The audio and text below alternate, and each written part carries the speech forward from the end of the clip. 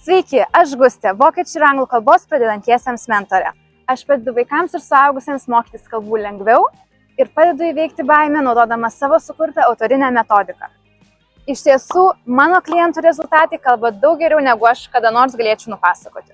Tačiau tam, kad padėčiau savo klientams pasiekti tokių rezultatų, man reikėjo nueiti itin ilgą kelią. Šiame profilė dalinsiuosi tuo, kas iš tikrųjų veikia – neuromoksliniais atradimais, atminties lavinimo triukais bei mano sistemos perliukais.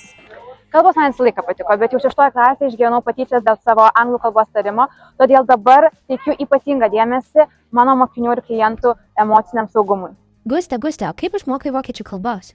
Vokiečių kalbos mokiausi jų mokykloje, tačiau 10 klasę galėjau praleisti Štutgarte. Tačiau su A2 išvažiavau su C1, bet tai man kainavo labai daug klaidų, bandytų naujų mokymos technikų ir svarbiausia supratimo, kad nereikia mokytis tobulai, kad prakalbėtum. 12 klasėje išsilaikiau tarptautinį DSD 2 C1 diplomą ir tuomet išvažiavau studijuoti odontologijos į Heidelbergą.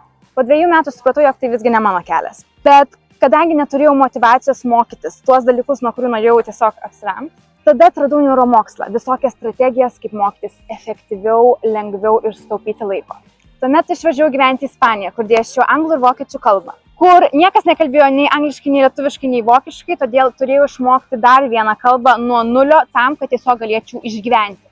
Visos šios patirtys padėjo man sukurti metodiką, padėsiančią mokytis kalbų lengviau ir efektyviau bei transformuoti visas baimes.